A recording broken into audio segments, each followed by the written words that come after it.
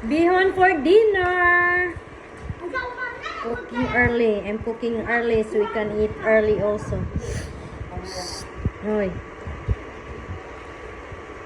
Maglanlan taog bihon kay pwede na ni bisag walay rice. Bihon lang. Busog na taan ni, diba?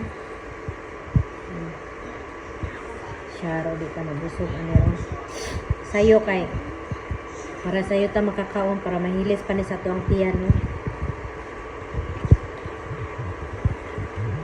Muni mo ang kuan kani, muni mo ang ganahan nga. Muni akong ganahan permi nga lutuon niya. Lanlan ra balanlanon ra.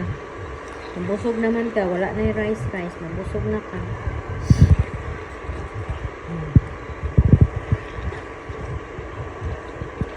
Idungan na ako butang tanan ang carrots, ang atchal, ang cabbage, and then ang bihon. Ang bihon, gulong man ako na, pero dili kay siya soft kay na may tubig ang kuan. So, diha na nako siya ipalata para diha na siya mahumok. Dungan sila og kahumok sa ako mga panakot.